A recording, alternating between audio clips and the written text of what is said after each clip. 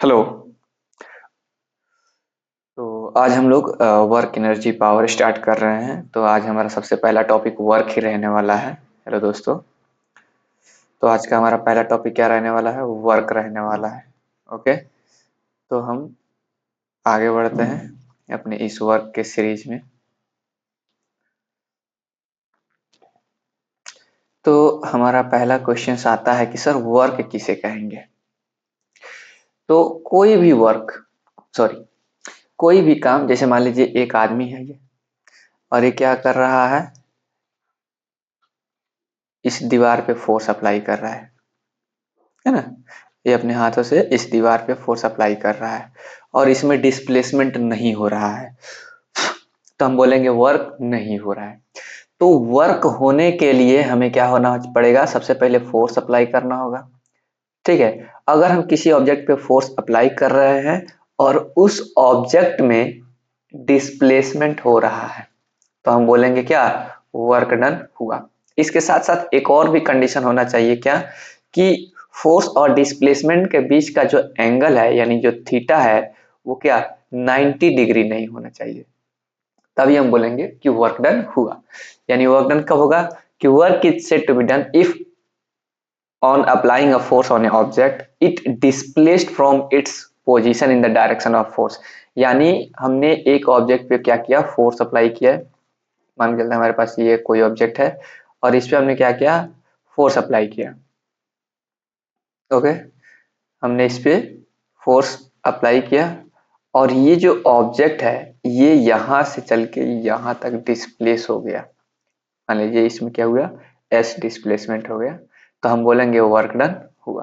लेकिन अगर डिस्प्लेसमेंट नहीं होगा तो हम बोलेंगे वर्क डन नहीं हुआ। और वर्क डन का जो फॉर्मूला होता है वो क्या होता है?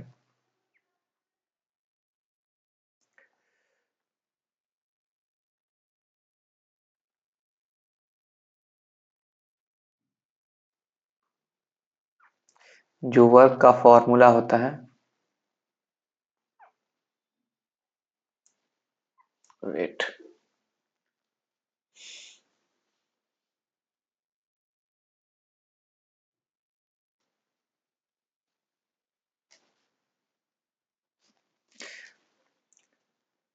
तो बेसिकली जो हमारा वर्क का फॉर्मूला होने वाला है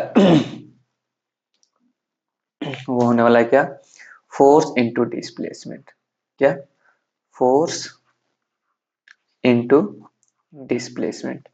और ये उस केस में होगा जब फोर्स और displacement both are in same direction. जब दोनों कहाँ हो? सेम डायरेक्शन में हो, यानी किसी एंगल पे नहीं दिया हो, तब हम वर्क डन का ये फॉर्मूला यूज करेंगे। ओके। यहाँ से अगर हम इसका यूनिट का बात करें तो सबसे पहले इसको हम ब्रैकेट में कर देते हैं। हमारे पास ये वर्क का जो फॉर्मूला आया इसी का यूज करके हम फर्दर आगे का क्वेश्चन सॉल्व करेंगे।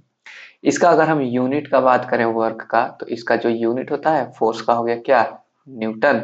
और डिस्प्लेसमेंट का हो गया क्या? मीटर। तो इसका यूनिट क्या होता है? Newton metre. वर्क जो है ये एक स्केलर क्वांटिटी है। ठीक है, ये क्या है? एक स्केलर क्वांटिटी है। न्यूटन मीटर को हम क्या बोलते हैं? जूल बोलते हैं। तो इसका जो एस आई यूनिट होगा वो क्या हो जाएगा? वो होता है जूल। और 1 जूल जो होता है वो होता है 1 न्यूटन और 1 मीटर के इक्वल। यानी अगर किसी भी ऑब्जेक्ट पे हम 1 न्यूटन का फोर्स अप्लाई कर रहे हैं और फोर्स के डायरेक्शन में उस ऑब्जेक्ट पे 1 मीटर का डिस्प्लेसमेंट हुआ, तो हम बोलेंगे कि हमने 1 जूल वर्क किया। लेकिन उस केस में क्या होगा? जब मान के चलते हमारे पास ये बॉडी रहा, सर हमारे पास बॉडी हो गया। अब इसमें जो वर्क डन हो रहा है वो कुछ ऐसे हो रहा है, मान लेते हैं ये हो गया हमारा प्लेन और इस पे हम जो फोर्स अप्लाई कर रहे हैं वो कर रहे हैं इस सरफेस से किसी जनरल एंगल थीटा पे यानी हम मान के चले कि हमारा ये हो गया सरफेस और इससे हम थीटा एंगल पे इस पे फोर्स लगा रहे हैं, एफ फोर्स। ठीक है। और ऑब्जेक्ट में जो डिस्प्लेसमेंट हो रहा है वो इस डायरेक्शन में हो रहा है। तो इस केस में जो हमारा वर्क डन का फॉर्मूला होने वाला है ये होने वाला है एफ कॉस थीटा इंटू क्या, डिस्प्लेसमेंट। या फिर इसको फर्दर हम ऐसे लिख सकते हैं W equal to F S cos theta. ठीक है, फोर्स इंटू डिस्प्लेसमेंट इंटू क्या, कॉस थीटा। अब यहाँ पे सर ये फॉर्मूला ऐसे लिखने का क्या मतलब है, force into displacement into cos theta. तो देखिए, ये जो फोर्स है ना, इस फोर्स का अगर हम कंपोनेंट करें तो हमारे पास इसका दो कंपोनेंट आएगा। कंपोनेंट कहने का मतलब इस फोर्स का दो पार्ट कर दें, अगर ब्रेक कर दें तो एक पार्ट इधर आएगा जिसको हम बोलते हैं क्या, एफ कॉस थीटा, और इसका एक पार्ट इधर जाएगा जिसको बोलेंगे क्या, एफ साइन थीटा। ठीक है, तो अब ये फोर्स जो है वो इधर हो रहा है, डिस्प्लेसमेंट भी इधर हो रहा है। ओवरऑल हमारा जो ब्लॉक है वो मूव करके यहाँ आ जाएगा। तो हमने क्या बोला था लास्ट डिफिनीशन में कि वर्क डन क्या होता है, force into displacement in the direction of force. तो इसी डायरेक्शन में फोर्स लग रहा है, तो इस एक्स डायरेक्शन में जो फोर्स लग रहा है वो एफ कॉस थीटा हो रहा है, न कि एफ साइन थीटा। तो इसीलिए इस फोर्स की वजह से जो यहाँ पे डिस्प्लेसमेंट हो रहा है वही वर्क डन होगा। तो यहाँ पे फोर्स हो गया, ये डिस्प्लेसमेंट हो गया, और यहाँ ये जो थीटा दिया है ये दिया क्या, angle between force and displacement, force और डिस्प्लेसमेंट के बीच का एंगल है। अब इस बेसिस पे हम अपने फोर्स को तीन पार्ट में डिवाइड कर सकते हैं कि जो हमारा फोर्स होता है वो पॉजिटिव हो सकता है, निगेटिव हो सकता है और जीरो हो सकता है। सबसे पहले कॉस थीटा की वैल्यू की बात करें तो कॉस जो हमारे पास 0 डिग्री होता है इसका वैल्यू होता है क्या, 1। कॉस 30 डिग्री, उसके पास हो सकता है आपके पास कॉस 45 डिग्री, उसके बाद आपके पास हो सकता है कॉस 60 डिग्री, कॉस 90 डिग्री। तो कॉस 30 हो जाता है कितना, √3/2। कॉस 45 हो जाएगा 1/√2। कॉस 60 हो जाएगा 1/2 और कॉस 90 होगा 0।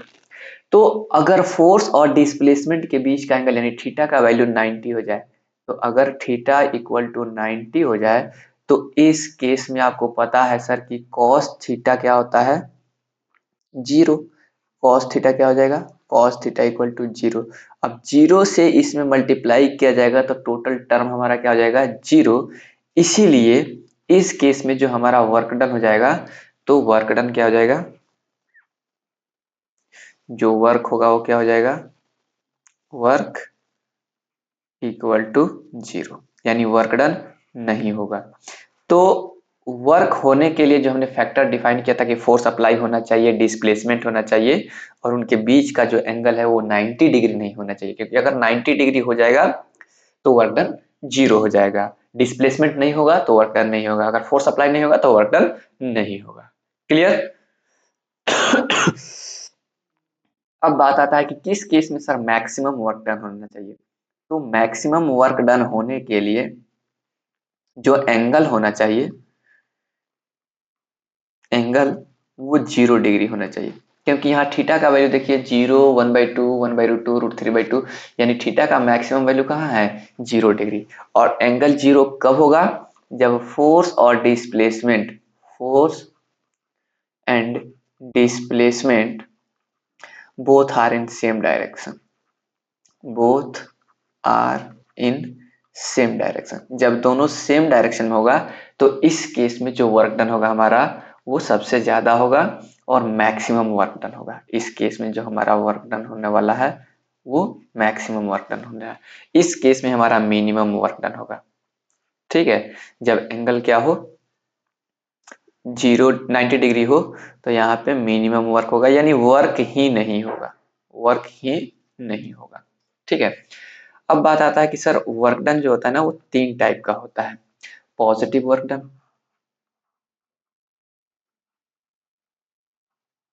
पॉजिटिव वर्क, एक हो सकता है क्या, निगेटिव वर्क,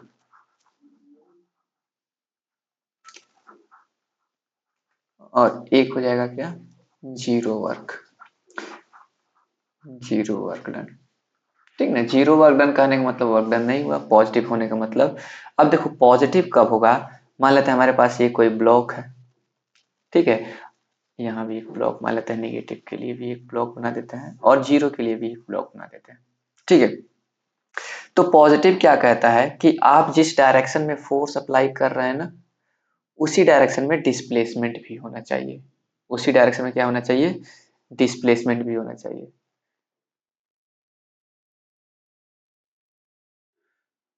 ठीक है, तो अगर हम जिस डायरेक्शन में फोर्स अप्लाई कर रहे हैं, मान लीजिए हमने फोर्स इधर अप्लाई किया, तो इसमें डिस्प्लेसमेंट भी अगर सेम डायरेक्शन में हो रहा है तो हमारा पॉजिटिव वर्क डन होगा।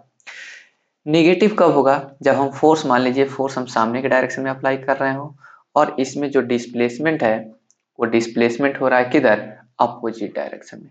अगर डिस्प्लेसमेंट हो रहा है किधर, अपोजिट डायरेक्शन में, तो जो वर्क डन होगा वो क्या होगा, नेगेटिव वर्क डन हो जाएगा। और अगर हम फोर्स क्या कर रहे हैं, अगर हम फोर्स सामने अप्लाई कर रहे हैं, ठीक है, और जो डिस्प्लेसमेंट हो रहा है वो हो रहा है ऐसे डायरेक्शन में कि दोनों के बीच का एंगल जो है वो क्या है, 90 डिग्री है, तो इस केस में वर्क डन हो जाएगा नेगेटिव। तो इसमें हम मान के चलते हैं हमने फोर्स इधर अप्लाई किया और डिस्प्लेसमेंट इधर हुआ, यहाँ पे हमने फोर्स इधर अप्लाई किया और डिस्प्लेसमेंट हमारा इधर हुआ, ठीक है। तो पॉजिटिव वर्क डन होने के लिए हमारे पास क्या होना चाहिए कि फोर्स एंड डिस्प्लेसमेंट, ऐसे बोल सकते हैं कि एंगल बिटवीन क्या, angle between force and displacement कहाँ से कहाँ होना चाहिए, यानी थीटा का जो वैल्यू होना चाहिए वो जीरो नहीं होना चाहिए। जीरो से क्या होना चाहिए, बड़ा होना चाहिए, सॉरी जीरो भी होना चाहिए, जीरो और जीरो से बड़ा हो, लेकिन 90 नहीं होना चाहिए। 90 से क्या हो, हमेशा छोटा हो, तब हम बोलेंगे कि जो हमारा वर्क डन होगा वो पॉजिटिव वर्क डन होगा। कैसा वर्क डन हो जाएगा, तब जो वर्क डन होगा वो पॉजिटिव वर्क डन होगा। लेकिन नेगेटिव वर्क डन होने के लिए देखो, अब इनके बीच का अगर मैं एंगल बात करूं तो इनके बीच का जो एंगल होगा वो क्या हो जाएगा, 180 डिग्री। और यहाँ पे अगर हम 90 बना दूं तो इस सेकंड क्वाड्रेंट में हमारा कॉस क्या होता है, निगेटिव। तो 90 और 180 के बीच में कॉस हमेशा हमारा निगेटिव रहेगा।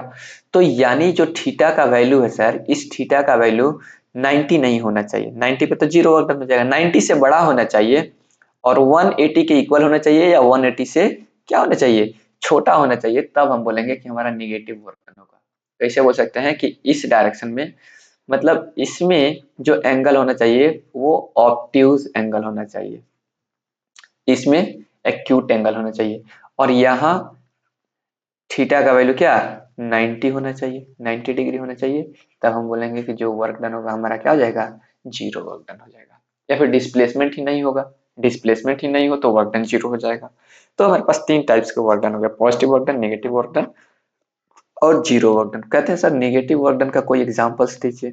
तो मान के चलिए आप सामने से कोई कार आ रहा है और कार का जो इंजन है उसको सामने की तरफ एक्सेलरेट कर रहा है फोर्स, ठीक है, और उस पे फ्रिक्शन फोर्स जो वर्क कर रहा है वो पीछे की तरफ वर्क कर रहा है। तो फ्रिक्शन फोर्स तो पीछे की तरफ वर्क कर रहा है, लेकिन कार जा कहाँ रहा है, आगे की तरफ। तो यहाँ पे पूछेंगे कि वर्क डन बाय जो फ्रिक्शन होगा ना, फ्रिक्शन फोर्स तो पीछे लग रहा है, डिस्प्लेसमेंट में भी गाड़ी में हो रहा है, लेकिन डिस्प्लेसमेंट जो हो रहा है वो अपोजिट डायरेक्शन में हो रहा है। तो वर्क डन बाय फ्रिक्शन जो होगा यहाँ पे, वर्क डन बाय फ्रिक्शन, ये क्या हो जाएगा, निगेटिव, निगेटिव वर्क डन हो जाएगा। ओके। तो एक ऑब्जेक्ट पे एक से अधिक वर्क डन हो सकते हैं, ठीक है। वर्क डन बाय ग्रेविटी की बात किया जाए, मान के चलते हैं ये हमारी क्या है, अर्थ है, ये क्या है, अर्थ है,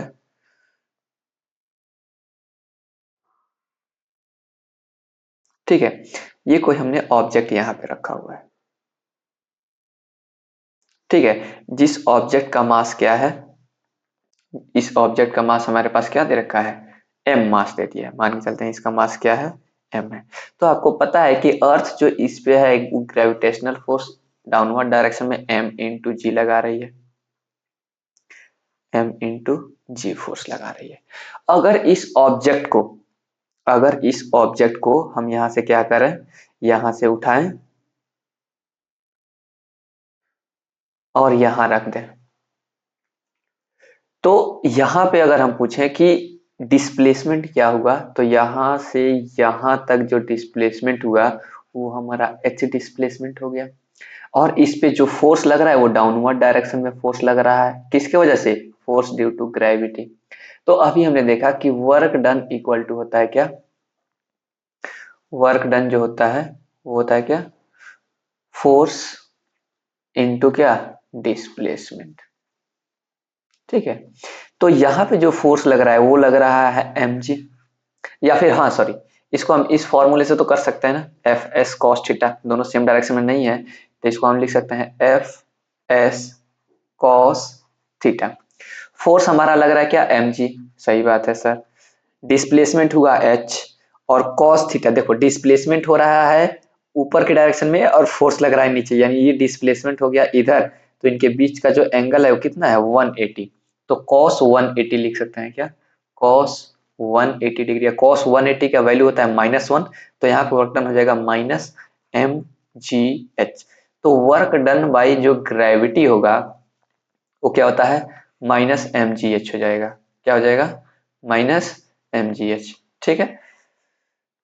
लेकिन वही ये जो आदमी यहाँ से डिस्प्लेस करके यहाँ रखा है उसका वर्क डन करेंगे, तो वर्क डन केवल उसका अगर करें तो हो जाएगा क्या? mgh, क्योंकि वो फोर्स ऊपर की डायरेक्शन में लगा रहा होगा और डिस्प्लेसमेंट भी ऊपर हो रहा है, लेकिन ग्रेविटी के थ्रू वर्क डन करेंगे तो निगेटिव वर्क डन होता है।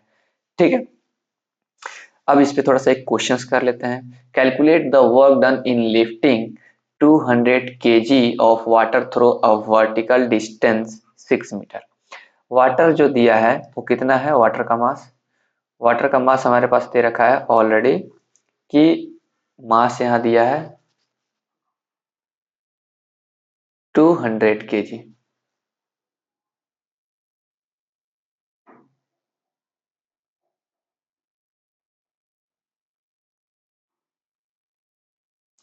टू 200 kg, और इसको वर्टिकली जो हम ऊपर लेके जा रहे हैं वो लेके जा रहे हैं क्या? 600 मीटर। तो इसको डिस्प्लेस करने में जितना ग्रेविटी इस पे फोर्स लगा रही है उतना ही फोर्स हमें भी लगाना होगा। तो अगर हमारे थ्रू वर्क डन की बात किया जाए कि हम इस पे कितना वर्क करेंगे, तो हमारे द्वारा किया गया जो वर्क होगा वो हो जाएगा mgh। लेकिन वर्क डन बाई अगर ग्रेविटी की बात करें तो हो जाएगा माइनस mgh। तो यहाँ ग्रेविटी नहीं पूछा है, हमारे थ्रू पूछा है। तो m हो गया कितना? 200, g का वैल्यू कितना?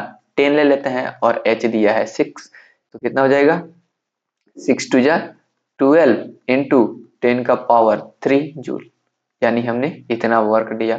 अगर पूछ दे कि वर्क डन बाई ग्रेविटी क्या होगा, तो वर्क डन बाई ग्रेविटी का -12 इंटू 10 का पावर 3 जूल। ठीक है, ऐसे क्वेश्चन से बनेगा। नेक्स्ट क्वेश्चन देखते हैं। अच्छा, नेक्स्ट है हमारे पास क्या? एनर्जी किसे कहते हैं। तो अगर कोई भी आप काम कर रहे हैं इसका मतलब आपके पास एनर्जी है, आपके पास एनर्जी है तभी आप क्या कर रहे हैं? काम कर रहे हैं। तो एनर्जी को हम ऐसे बोल सकते हैं क्या? Capacity to do work. मतलब कोई भी काम करने की अगर हमारे पास कैपेसिटी है, इसका मतलब हम बोल सकते हैं क्या? हमारे पास क्या है? एनर्जी है। एनर्जी है तभी काम कर सकते हैं। तो अगर मान लीजिए हमारे पास ये कोई ब्लॉक है, ठीक है, और इस ब्लॉक को हम क्या कर रहे हैं, मतलब कोई ब्लॉक पे आप फोर्स लगा रहे हैं और वो ब्लॉक डिस्प्लेस हो गया अपने पोजीशन से। इसका मतलब क्या होगा कि आपके पास एनर्जी है तभी तो आपने उसको डिस्प्लेस कर पाया। अगर आपके पास एनर्जी नहीं होता तो आप उसको डिस्प्लेस नहीं कर पाते। तो किसी भी ऑब्जेक्ट पे हम जो फोर्स अप्लाई करते हैं ना, जितना हम एनर्जी हमारा लॉस होता है वर्क डन करने में, तो जिस ऑब्जेक्ट पे हम वर्क करते हैं उसमें वो एनर्जी क्या हो जाता है? स्टोर्ड हो जाता है। जैसे मान लीजिए हमने किसी भी ऑब्जेक्ट को लिफ्ट करके किसी एच हाइट पे रख दिया, तो हमारा जितना एनर्जी लॉस होगा उसको वहां से वहां लिफ्ट करने में, तो उसमें पोटेंशियल एनर्जी के फॉर्म में क्या हो जाता है? स्टोर्ड हो जाता है। एनर्जी और वर्क दोनों इंटर कन्वर्टेबल है। अगर हमने 10 जूल वर्क किया, इसका मतलब क्या होता है कि मेरा 10 जूल एनर्जी खर्च हुआ। जितना मेरा एनर्जी खर्च होगा उतना ही मेरा वर्क होगा। इसीलिए एनर्जी और वर्क डन दोनों का जो यूनिट देखिएगा सेम होता है, जूल होता है। ठीक है।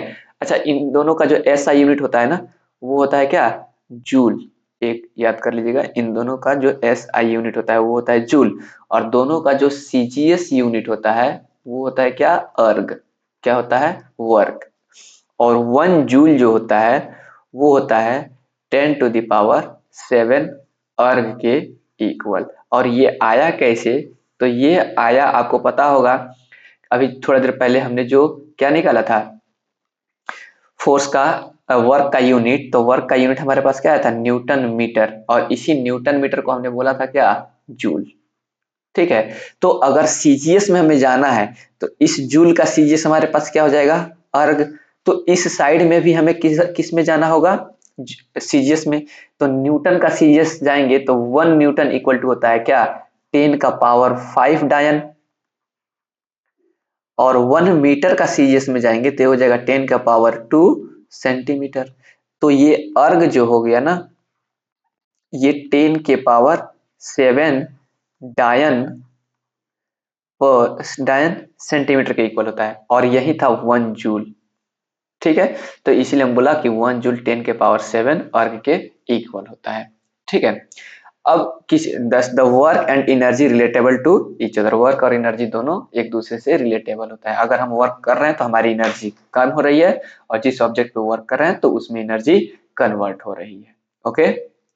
नेक्स्ट, पावर क्या कहता है कि rate of doing work is called power. अगर किसी भी ऑब्जेक्ट पे हम जैसे मान लो ना, पावर क्या आता है कि हमने कितना वर्क किया, ये वर्क करने का जो रेट होता है यही हमें बताता है कि पावर क्या होगा, यानी rate of doing work. Power का यूनिट की बात करें तो देखो, वर्क का यूनिट हो जाएगा क्या? जूल। और टाइम का क्या हो गया? सेकंड। तो जूल पर सेकंड पावर का यूनिट होता है। और इसका ऐसा यूनिट की बात करें तो ये होता है क्या? वाट। तो 1 वाट कहना होगा तो ये होगा 1 जूल 1 सेकंड के इक्वल। ठीक है। यहां से आप वर्क का एक और फॉर्मूला निकाल सकते हैं। वर्क इक्वल टू क्या हो गया? Power, sorry, power equal to क्या हो जाएगा? Work into time. Work equal to क्या हो जाएगा? Power into time. ठीक है। अच्छा, ये वर्क का देखिए, पावर का एक और फॉर्मूला यहां से बना सकते हैं कि पावर इक्वल टू हमने देखा क्या? Work by time. और वर्क होता क्या है? P इक्वल टू वर्क होता क्या है? Force into displacement divided by क्या? टाइम। और डिस्प्लेसमेंट इनटू टाइम की अगर बात किया जाए तो डिस्प्लेसमेंट इनटू टाइम होता क्या है? वेलोसिटी। तो पावर इक्वल टू एक और फॉर्मूला हो गया F इंटू वी। इस फॉर्मूले से डायरेक्ट क्वेश्चन पूछता है। तो ये हो गया हमारे पास पावर का एक दूसरा फॉर्मूला। ठीक है। पावर को हम कैसे डिफाइन करेंगे? पावर क्या होता है? Rate of change of doing work, sorry, the rate of doing work is called power. Power of a body is defined the rate at which the body can do work. वह rate जिस rate से कोई भी body work करे, यानी पर second 10 joule energy खर्च करके काम कर रही है, कोई बॉडी पर सेकंड 20 जूल एनर्जी खर्च कर रही है, तो जो जितना एनर्जी खर्च करेगा पर सेकंड उसका पावर उतना ही ज्यादा होगा। ठीक है। एनर्जी और पावर में थोड़ा सा अंतर देख ले तो energy is defined as the capacity to do work. Energy क्या होता है? काम जो करते हैं, कैपेसिटी टू डू वर्क, काम करने की क्षमता को हम एनर्जी बोलते हैं। जबकि power is the rate at which energy is supplied. मतलब पावर बताता है कि किस रेट से हम एनर्जी को सप्लाई करते हैं, और एनर्जी बताता है कि हम कितना काम करने की क्षमता रख सकते हैं। Energy spent is independent of time. हम जो एनर्जी खर्च कर रहे हैं वो टाइम से इंडिपेंडेंट है, लेकिन पावर को टाइम पे डिपेंडेंट हो रहा है कि पर सेकंड आप कितना एनर्जी खर्च कर रहे हैं, ये पावर बताता है। ओके। एनर्जी का ऐसा यूनिट का बात करें तो एनर्जी का ऐसा यूनिट जूल होता है, जबकि पावर का ऐसा यूनिट की बात करें तो पावर का क्या होता है? वॉट होता है। It is possible for energy to be transform from one form to, energy को एक फॉर्म से दूसरे फॉर्म में ट्रांसफर किया जा सकता है, जबकि पावर को नहीं किया जा सकता है, one form to another form. Okay. उसके बाद ये टाइप्स ऑफ एनर्जी हो गया क्या? Kinetic energy. The energy which is possessed by an object due to its motion is called kinetic energy. Kinetic energy का एग्जांपल हो गया, एक बुलेट फायर किया गया गन से तो बुलेट मूव कर रहा है, मोशन है, काइनेटिक एनर्जी हो गया। हैमर से हम नेल को क्या कर रहे हैं? हैमरिंग कर रहे हैं, तो हैमर मोशन में है तो इसके पास काइनेटिक एनर्जी हो गया। सॉरी, हॉर्स रन कर रहा है, काइनेटिक एनर्जी हो गया। पेड़ से फल गिर रहे हैं तो उसके पास काइनेटिक एनर्जी हो गया। वर्क एनर्जी थ्योरम क्या बताता है? According to work energy theorem, work done by the net force on a body is equal to the change in kinetic energy. यानी ये जो वर्क डन होता है ना, ये बताता है चेंज इन काइनेटिक एनर्जी। यानी वर्क एनर्जी थ्योरम से हम क्या कर सकते हैं? Kinetic energy final minus kinetic energy initial, यही है हमारे पास क्या, वर्क एनर्जी थ्योरम। ओके, तो इस कभी कभी क्या देता है, डिस्प्लेसमेंट नहीं देता है, मास दिया रहता है, वेलोसिटी दिया रहता है, बोलता है कि बुलेट जो है वो रेस्ट से चल रहा है तो बताइए कितना वर्क टन हुआ, जैसे ऐसे क्वेश्चन दे सकता है।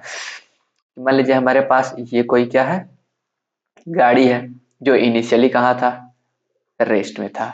इस पे हमने फोर्स अप्लाई किया, ठीक ना, इस पे हमने फोर्स अप्लाई किया, और यदि गाड़ी का मास हम मान लेते हैं क्या 100 kg है, इस पे हमने ऐसे फोर्स अप्लाई किया कि इसको रेस्ट से मोशन में ला दिया, और इसकी जो वेलोसिटी है अभी वो हो गई कितना, 10 मीटर पर सेकेंड। तो बताइए इस पे हमने कितना वर्क डन किया होगा। तो अभी इस केस में आप फोर्स और डिस्प्लेसमेंट खोजने चले जाएंगे, एक्सलेशन नहीं पता है, डिस्प्लेसमेंट कैसे पता चलेगा। तो इस केस में हम वर्क एनर्जी थ्योरम का सहारा लेते हैं। जैसे क्या हो गया, वर्क एनर्जी थ्योरम कहता है कि चेंज इन क्या, काइनेटिक एनर्जी। काइनेटिक एनर्जी देखिए यहाँ फाइनल होगा, इनिशियल रेस्ट में है तो इनिशियल वेलोसिटी 0, फाइनल वेलोसिटी हमारे पास क्या 10 है।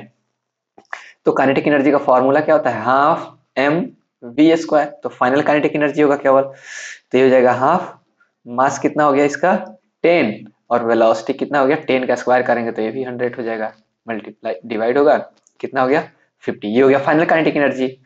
ठीक है 5000। तो अगर वर्क डन की बात करें तो ये कहता है kinetic energy final minus kinetic energy initial. ठीक है, तो फाइनल हमारे पास कितना है 5000, इनिशियल हमारे पास कितना 0, तो वर्क डन हमारे पास कितना हो जाएगा 5000 जूल वर्क डन होगा। ठीक है, तो ये वर्क एनर्जी थ्योरम से हम ऐसे निकाल सकते हैं। ठीक है उसके बाद आता है क्या, पोटेंशियल एनर्जी के बारे में। तो पोटेंशियल कोई भी बॉडी अपने पोजीशन की वजह से जो एनर्जी होल्ड करके रखता है तो उसको हम बोलते हैं क्या, पोटेंशियल एनर्जी बोलते हैं, अपने पोजीशन और कॉन्फ़िगरेशन की वजह से। ठीक है, पोटेंशियल एनर्जी हम दो टाइप्स के पढ़ेंगे, एक पढ़ेंगे क्या, gravitational potential energy, gravitational potential energy, और एक पढ़ेंगे क्या, elastic potential energy, elastic potential energy जो कि स्प्रिंग वगैरह में। तो ग्रेविटेशनल पोटेंशियल एनर्जी हमें पढ़ना है, जिसको हम निकालेंगे क्या, mgh से। हम बोले थे ना जितना हम वर्क डन करते हैं उतना ही हम एनर्जी खर्च किए होंगे, तो ग्रेविटेशनल पोटेंशियल एनर्जी क्या होता है mgh। ठीक है, आज के लेक्चर में हम इतना ही रखते हैं, नेक्स्ट लेक्चर में हम फर्दर और क्वेश्चन सॉल्व करेंगे। ये ग्रेविटेशनल पोटेंशियल एनर्जी दे रखा है, इलास्टिक पोटेंशियल एनर्जी दे रखा है। ठीक है, ओके।